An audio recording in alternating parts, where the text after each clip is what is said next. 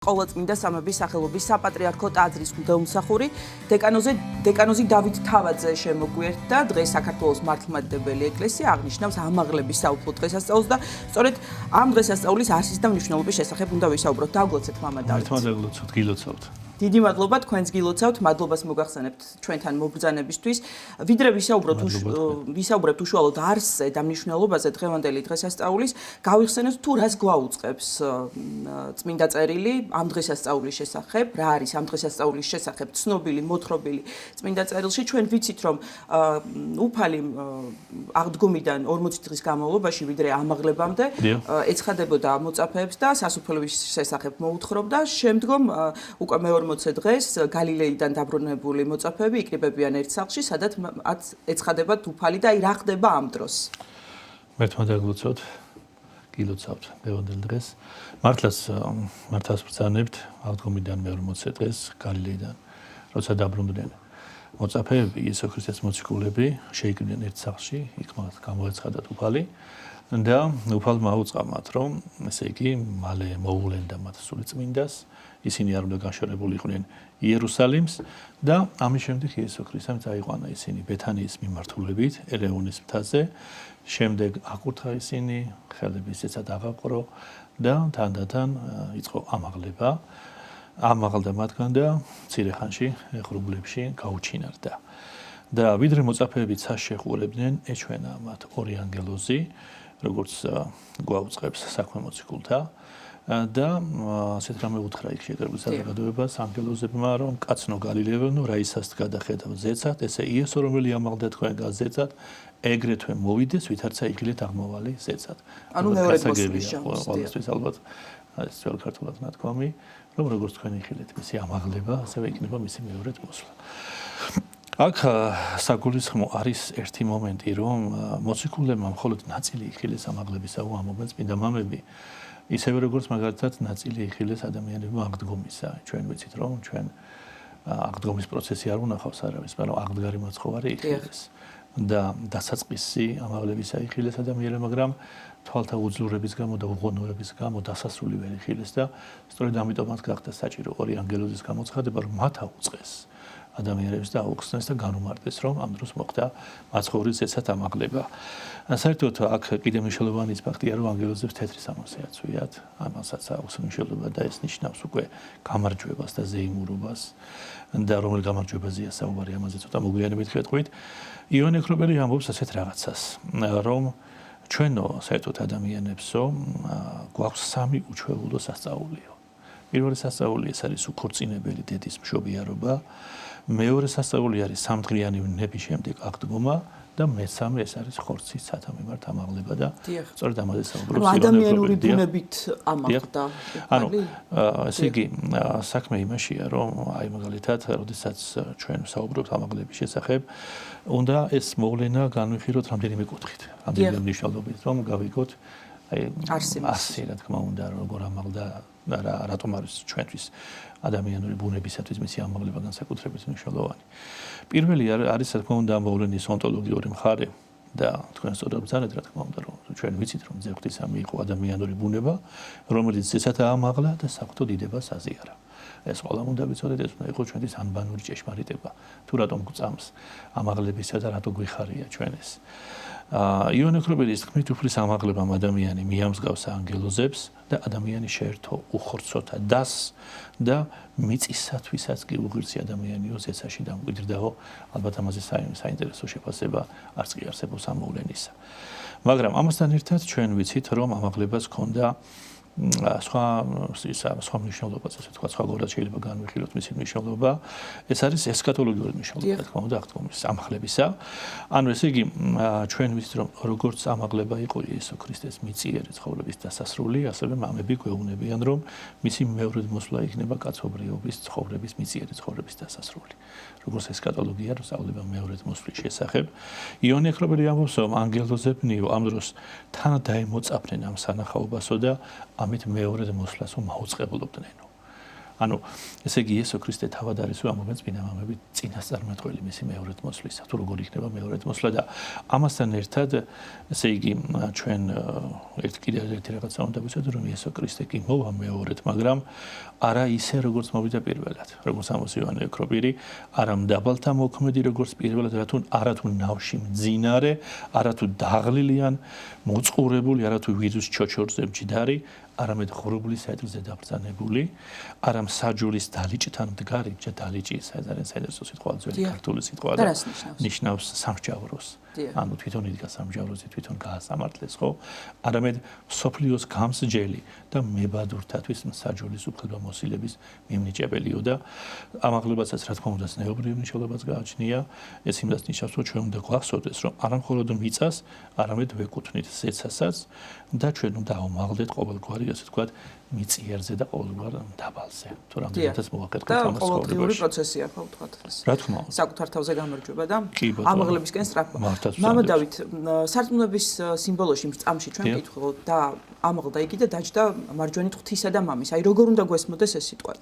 რა თქმა უნდა, ძალიან საინტერესო კითხვა, იმიტომ რომ ჩვენ ვიცით რომ თუ უფალი ყველგან ყოფია მას მარჯვენა და მარცხენა მხარეები ვერ ექნება. მაგრამ მიუხედავად ამისა, წამში ეს სიტყვები გვაქვს.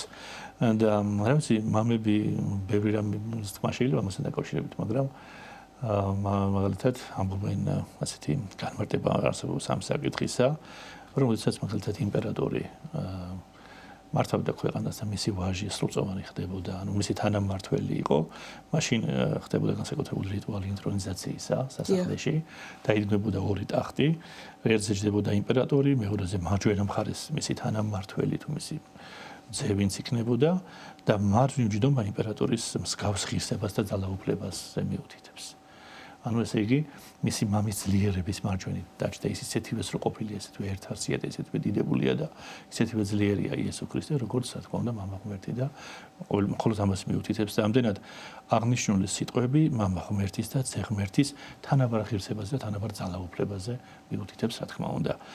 და შემდეგ ჩვენ საინტერესოა თვითონ ის მომენტი, რომ ესე იგი ლეონიდე ოქროპილიძე ბრძანებს ასე ძალიან საინტერესო სიტყვებს, რომ ქრისტეს ამაღლების აზრიო იმაში მდგომარეობს, რომ თუ ადრე კაცისათვის ზეცა სრულებით დახშული და დაკეტილი იყო, იესო ქრისტე ამაღლდა რა კაცობრივი ბუნებით, გამოითხოვა მამისაგან, რომ ჩვენ კვლავ გაგვეხსნა ზეცა ადამიანებს და კვლავ მასთან ერთად მოგვეცეს უფლება მარადიული ცხოვრებისაო. ამიტომაც აი ამ ამაღლებას ძალიან მნიშვნელობა აქვს და ეს არის პირობა თუ შეიძლება ითქვას კაცობრიობის სულიერი ამაღლებისა. დიახ. მამა დავით, აი მოციქულების მდგომარეობაზე მინდა კითხოთ. ჩვენ ვიცით თქვათ რა მდგომარეობაში არიან მოციქულები ჯვარცმამდე, ჯვარცმიდან აღდგომამდე, აღდგომის შემდგომ ამაღლებამდე და აი ამაღლების შემდგომ, როდესაც უფალი ფაქტობრივად მათ შორდება, ხო? დიახ, დიახ. ძალიან საინტერესო კითხვა მართლა. აი რამდენად ეს მასთვის არის საინტერესო თქვათ შეიძლება იყოს მე კიდევ პირიქით სიხარულს გამოხატავენ და ძალიან საინტერესოა მართლა თქვენი კითხვის კონტექსტი ანუ ესე იგი ადამიანური თვალსაზრისით მათი თქვათ ადამიანი რომ უფალი მათთან ერთად იყო ამდენი ხანი მათთან იყო ასე ვთქვათ, 3 წელი მასთან ყოფებოდა, მას ხელით ეხებოდნენ, ესაუბრებოდნენ. მე რეგიონალურად წმინდა მომები რომ ამის შემდეგ დამთავრდა თქვა ეს პროცესი და უკვე უფალი უნდა მათ შეეცნოთ სული და ჭეშმარიტებით, მაგრამ რამდენად რთული პროცესი იყო მათთვის თუ პირიქით სიხარულის მომიჭებელი. სიხარულის მომიჭებელი ჩანს თვითონ ტექსტიდან, ეს სიხარულის ბრუნდებიან უკან და სწორედ ეს არის თქვენი კითხვის არსი, რომ ეს რანაირად ხდება. რა თქმა უნდა, საინტერესოა, იმიტომ რომ როგორც იქნა ნახეს თავისი აღმდგარი მასწავლებელი და რომელიც შორდება უკვე მას და ეუბნება რომ მე კი მოვალ, მაგრამ არ ეუბნება ზუსტ თარიღს, ხო, როდის მოვა. ასე რომ ერთი შეხედვით შეიძლება ჩვენ წარმოვიდგინოთ, რომ ამ დროს მოციქულებს პირიქით უნდა დადარდიანებული რომ როგორც იქნა ღირსად აღმდგარი მასწავლებელი შორდება, მაგრამ სინამდვილეში ესე იგი მოციქულებს ამ დროს დაეუფლათ სიხარული. სიხარული დაბრუნდნენ ისინი უკან. და რატომ წმინდა მომები აუბენ ამას, რომ პირველ რიგში მათი სიხარულის საფუძველი იყო ის, რომ იესო ქრისტე მათ უთხრა, რომ მე თქვენთან ერთად ვიქნები მარადიულად. ანუ კი არ გშორდებით, მარადიულად ვიქნები თქვენთან ერთად, რომ ეს დაშორება არ არის სინამდვილეში, ანუ მისი ამაღლება წასვლას კი არ ნიშნავს, არამედ მისი ამაღლება ნიშნავს ახალი მოლოდინის დასაწყისს. ეგ არის ძალიან მნიშვნელოვანი, იმიტომ რომ ეს მოლოდინი არის ახალი აღთქმის ეკლესიის დაარსება, ანუ სული წმინდის მოსვლის მომენტი. სულთოფენობის ბოლო დინში დატოვა მოციქულები და ამაზე უფრო მთავარი ჩვენი გადარჩენისა და ჩვენი ცხოვრებისათვის არის ის, რომ ამაღლების გარეშე ადამიანური ბუნება სულიწმინდის მადლს ვერ მიიღებდა. ეს არის ძალიან მნიშვნელოვანი და განხრთობილი ადამიანი ჩვენ ვიცით, ხო, მომავალი ჩვენი არის განხრთობა და ამბობს რა თქმა უნდა ეკლესია, რომ განხრთობა ეს არის მაქსიმალური ძალისეებრი ქრისტესთვის მიბაძვა, ხო? რამდენადაც ჩვენ უნდა მოვახერხოთ ეს ადამიანება და ჩვენ უნდა გვახსოვდეს ის, რომ როცა განხრთობაზე ვსაუბრობთ, ორი მომენტი უნდა გავითვალისწინოთ. ეს არის პირველი, ეს არის განხრთობილი ბუნება ადამიანისა და მეორე ელემენტი ეს არის განმამხრთობელი ენერგია, ანუ სულიწმინდის მადლი. აი რაზე ჩვენ ვსაუბრობთ, ამის გარეშე რა თქმა უნდა ცხონება არ მოხდება და ესე იგი უფალმა კი გამოიხმო ადამიანი თითოეულ ჩვენთაგან უყოფელობიდან ყოფელობაში და მაგრამ ასე თქვა ჩვენ კი ვიცით რომ სამუდამო მყოფობა გვერგო ჩვენ აქედან გამომდინარე ადამიანის მაგრამ ეს სამუდამო მყოფობა როგორი იქნება და რა ნიშნით იქნება ეს ჩვენზეა დამოკიდებული თავისუფლებას რა თქმა უნდა თავისუფლება ანუ არჩევანი ჩვენია ხო არჩევანი ჩვენია და როცა ჩვენ ვსაუბრობთ იმაზე რომ არჩევანი არის ჩვენით ეს არის ჩვენი გადასაწყვეტი რომ ამის უფლებას გვიტოვებს ღმერთი რომ ღმერთს მივემსგავსები თუ არ მივემსგავსები ეს ჩემზეა დამოკიდებული აი ეს არჩევანი იმიტომ გვაქვს სწორედ რომ ეს ყველაფერი დამოკიდებულია სულიწმინდის მადლის გადმოსვლაზე. რომ არ გადმოსულიყო სულიწმინდის მადლი, აი ეს არჩევანი ვერ გიხდებოდა და ვერ გვექნებოდა და სამოღვაწეო გზაზე ადამიანი ვერ შედგებოდა. თუნდაც უკვე გაკვალულ ქრისტესგან გაკვალულ სამოღვაწეო გზაზე ადამიანი ვერ შედგებოდა. დიახ, მამა დავით, თქვენ ბრძანეთ რომ ერთ-ერთი მხარე ამაღლების დღესასწაულის არსის არის ზნეობრივი მხარე. აი ეს თემა რომ განვავრცოთ თუ შეიძლება. ის რომ ადამიანი ეკუთვნის ამ ქვეყანასაც და ასევე ზედსაც და მატერიასაც და ვთქვათ ფიზიკურსაც და სულიერსაც. აი რას ნიშნავს, რას გულისხმობს ეს? რა თქმა უნდა, პავლე მოციქული ამბობს, ჩვენ მიწაზე ვცხოვრობთ, მაგრამ ზედსაში მოქალაქეობთ ამაღლების შემდეგ. რა თქმა უნდა, ეს ნიშნავს იმას, რომ ადამიანი უნდა შეეცადოს გარეწმენდოს, რა თქმა უნდა, ყველაფერი იმისაგან, რაც მას უყალსაშორებს, ხომ და ამაღლდეს მიწაზე ვიცხოვროს, მაგრამ ზედსაში მოქალაქეობდეს. იყვნენ ადამიანები, რა თქმა უნდა, რომელსაც მიაღწიეს ყოველივე ამას და სხვადასხვის ძალიან საინტერესო კითხვა, ეგ თვითონ ჩანს ამაღლებასთან დაკავშირებით.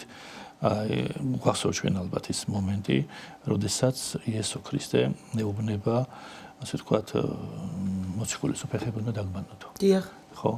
ესეც ხომარი გამოხატულება იმისა, რომ ეს ფეხთბანვა, ანუ როგორი მდგომარეობა ნახეთ, აი პეტრი ამბობს, რომ არ მინდაო, მე შენ არ მინდა რომ ფეხები დამბანო და იესო ატყვის, რომ მე მაშინ არ გიქნება ჩემთან და პეტრე ეუბნება რომ მაშინ დამბანე ხელების და თავიც და მაგრამ იესო ეუბნება რომ არა ესე იგი არ არის საჭირო მე მხოლოდ ფეხები უნდა დაგბანოთ აი როგორ განმარტავენ ამას ნახეთ აი მაგალითად რას ნიშნავს თითქოს ეს იესო ქრისტე ამით ეუბნება რომ მე თქვენი აზროვნება გამწმინდე უკვე მთლიანად და მხოლოდ ფეხები დამჭა დასაბანი და ეს ფეხები ზოგადად განმარტებელების აზრით არის სიმბოლო რაღაცის დასრულებადობისა.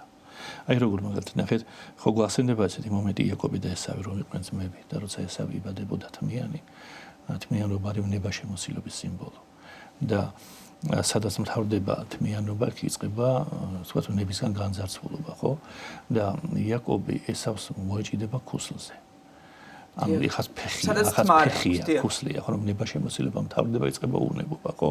და ამით თქმა მინდა იცით, რომ თქმა უნდა უბრალოდ განმარტებლებს, რომ რადგან მაცხოვარი, ასე თქვათ, ეუბნება მოციქულებს, რომ მე მხოლოდ ფეხები დარჩა დასაბანი და მე მთლიანად ასე ვთქვათ, მე თქვენი ბუნება გავწმინდე, როგორც ჩანს, მაინც ბოლომდე რაღაც დარჩა მაინც გასაწმენდი მოციქულებში და მათ რატომ ესაიდან ჩანს, თუნდაც ამაღლების დროსაც მოციქულები ქრისტეს პოლიტიკურ შეკითხვას უსვამენ.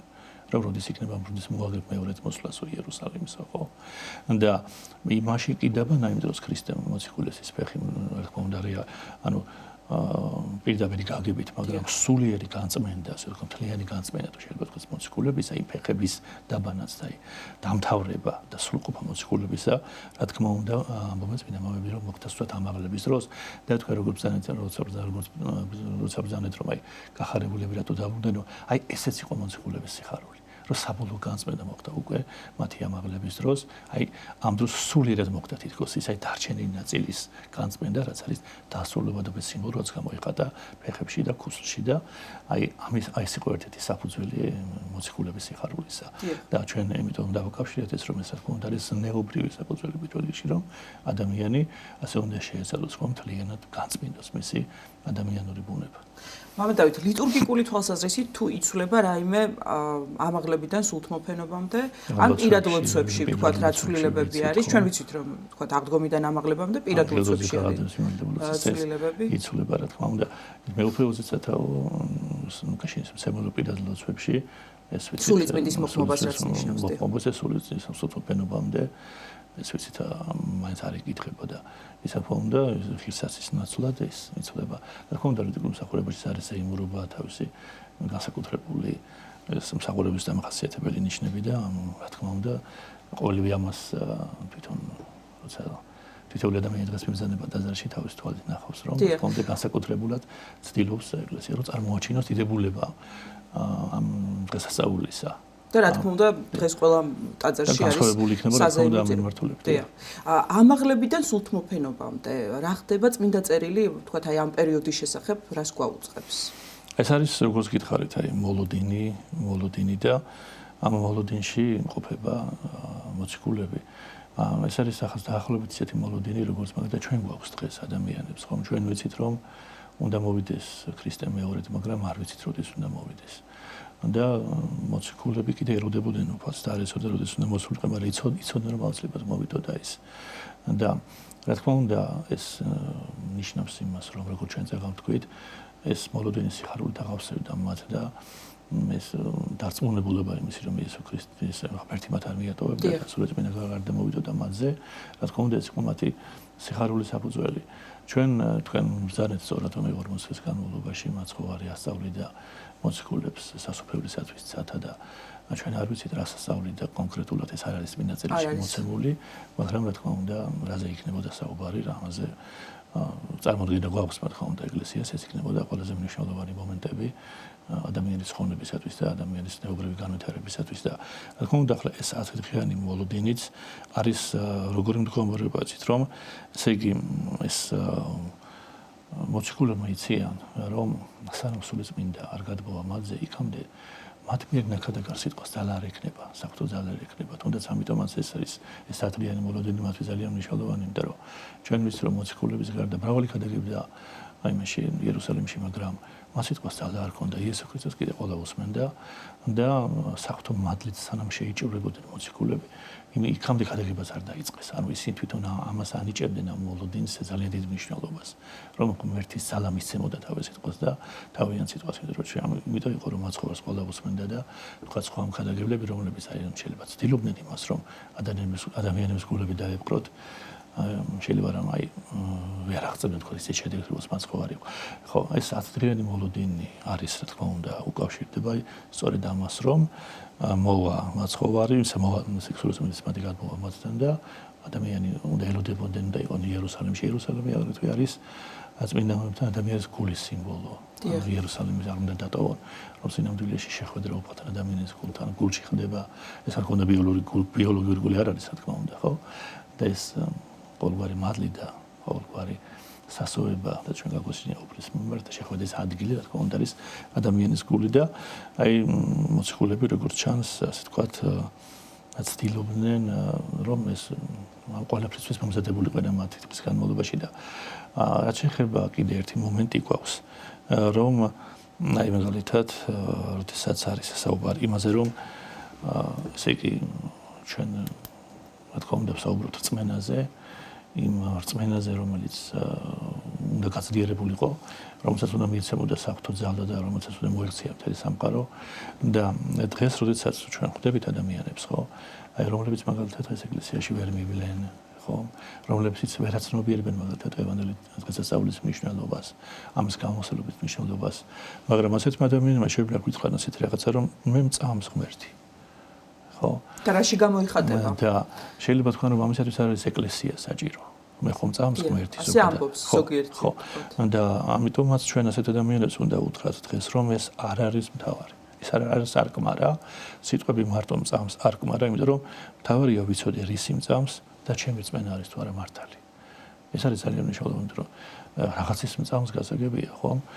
ჩვენ მაგალითად, როდესაც ვიცახით რომ მწამს ღმერთის, ჩვენ ზოგადად კი არ ვეფუძნებით რაღაცა თეოლოგიურ დოქტრინებს და იმას კი არ ვამბობთ, რომ იმიტომ მწამს ღმერთი, მხოლოდ და მხოლოდ რომ სამყარო თავისით ვერ შეიქმნებოდა და ასე შემდეგ. არამედ ჩვენ ვიცით რომ ჩვენ მწამს ქრისტე, რომ და ჩვენ ვიცით რომ ჩვენ მწამს კონკრეტული ქრისტე, რეალური ქრისტე, ნამდვილი ღმერთი, ნამდვილი ადამიანი, რომელიც თვითონ მოვიდა თავის დროზე ჩემთან, როგორც ადამიანთან და თვითონ დამელაპარაკა და დღესაც განაგრძობს ჩვენთან საუბარს. მამა დავით, ერთია ვთქვათ ადამიანთა ის კატეგორია, რომელიც თulis რომ ღმერთის წამს და ეკლესია ამისთვის არ ჭირდება, ვთქვათ რომ ღმერთთან კონდეს ურთიერთობა, მაგრამ მეორე არის ვთქვათ ადამიანი, რომელიც უწოდებს თავის თავს მრევლის წევრს.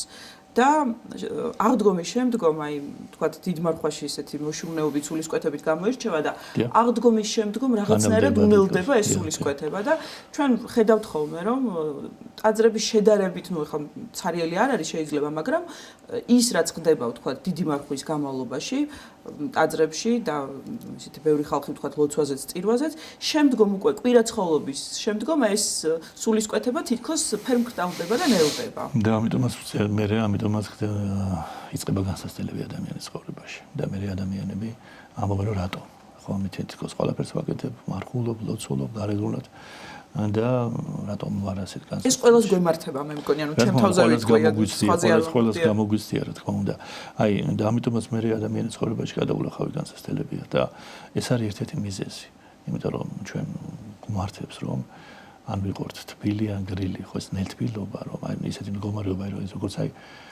განსაშილად მიმავალ ქრისტეს კი მიყვებოდა პეტრე მაგრამ შორი ახლო მიყვებოდა პეტრეს ვერ ეტყოდი რომ არ მიყვებიო ისე როგორც ამ ადამიანებს ვერ ეტყოდი რომ არ ლოცულობ მაგრამ ბოლომდე მასთან არ იყო ხო რაღაც შორი ახლო იყო და ჩვენ განსაცდელები ვახსენეთ რომელიც შეიძლება მართლაც ადამიანს დაეუფლოს იმ შემთხვევაში როდესაც ასე განელდება მისი სულიერი სწრაფაუფლისადმი და ეს გარეგნული მწუხარებები და გარდაუვალი ცოდვიდაცემები მოყვება ამას თუ რა თქმა უნდა ადამიანი როგორც გაშორდა მაგრამ ვინც საკუთარ თავში კიდევ ერთხელ ვამბობთ რომ ამაღლებულ ქრისტეს დაინახავს და ეს ამაღლება ნებისმიერი სახის უბედურება რომ დაატყდეს და მთელი მსოფლიოს უწმინდურება რომ შეაერაღდეს მის წინააღმდეგ ის მაინც არ შეიყევა რადგან ასეთი ადამიანი დარწმუნებულია იმაში რომ ჩვენი საცხოვრებელი სინამდვილეში არის ზეცაში და ჩვენი საცხოვრებელი არის იქ სადაც არის ქრისტე იმიტომ რომ ვერაფერი ამას ვერ მოერევა აი როგორც ამბობს მაგალითად რომელთა ეპისტოლეში წერია ვერ ღირს არიან ვნებანი იგი ამისანი მერმის ამისანა დიდებისა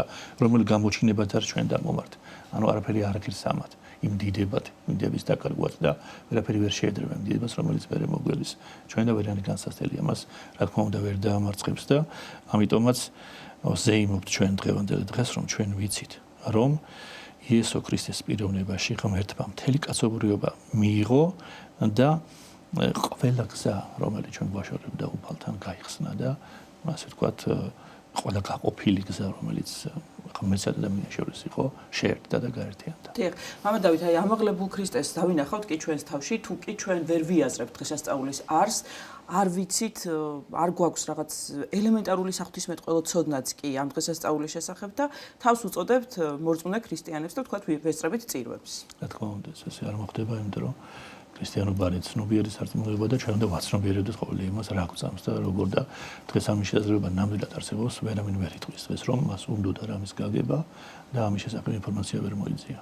დიახ, ამიტომ ეს ძალიან მნიშვნელოვანია. ხომ კიდევ ერთხელ გილოცავთ ამაღლების დღესასწაულს ჩვენს მაყურებელსაც და მადლობას მოგახსენებთ და ერთგვარი შეჯამების სახით რამდენიმე სიტყვით კიდევ ერთხელ დღესასწაულის არსზე მოკლედ რომ გითხრათ, სულ 1 წუთი დაგვრჩა. კი ბატონო, ესე იგი მადლობა ამ საშუალებისათვის რომ დღეს მომეცამართა სამშვენიერ დღეს თუმცა შემოვლისათვის და მთელი საქართველოსათვის მიგვალოცა დღევანდელი დღე და შეგვეხსენებინა თქვათ რა დიდი მნიშვნელობა აქვს მაგალითად ჩვენთაგანისათვის ამაღლებას ამ დღეს ესე იგი ჩვენ კვლავ პავლე მოციქულის სიტყვები მინდა გავიხსენო რომელიც ამბობს რომ ჩვენ ზეცაში მოქალაქეობთ უკვე ეს ნიშნავს იმას რომ მასხურის ამაღლებით საბოლოოდ გაცხადდა და საბოლოოდ გაფორმდა ადამიანის მოქალაქეობა ზეცაში ეს არის ძალიან მნიშვნელოვანი, იმიტომ რომ ჩვენ ვიცით, რომ ჩვენი მაცხოვა, როდესაც განკაცდა ადამიანების გამოსახსნელად, ეს გულისხმობს იმას, რომ როდესაც მაცხოვარი ამაღლდა სინამდვილეში, ასე ვთქვათ, ანუ რომ განკაცდა ჩვენს გამოსახსნელად, მიწაზე კი არ დარჩა, არამედ ზეცად ამაღლდა. და როცა ამაღლდა ზეცად, ასე ვთქვათ, მთელი კაცობრი위 ბუნება მიიღო მან ჩვენ ვიცით და ამ ბუნების მამის წიაღში შეყვანებას დღესასწაულობთ დღეს. ძალიან დიდი მადლობა საინტერესო საუბრისთვის. ყოლაწმინდა სამების სახელობის საპატრიარქო ტაძრის მდომსახური დეკანოზი დავით თავაძე საუბრობდა სტუდიაში.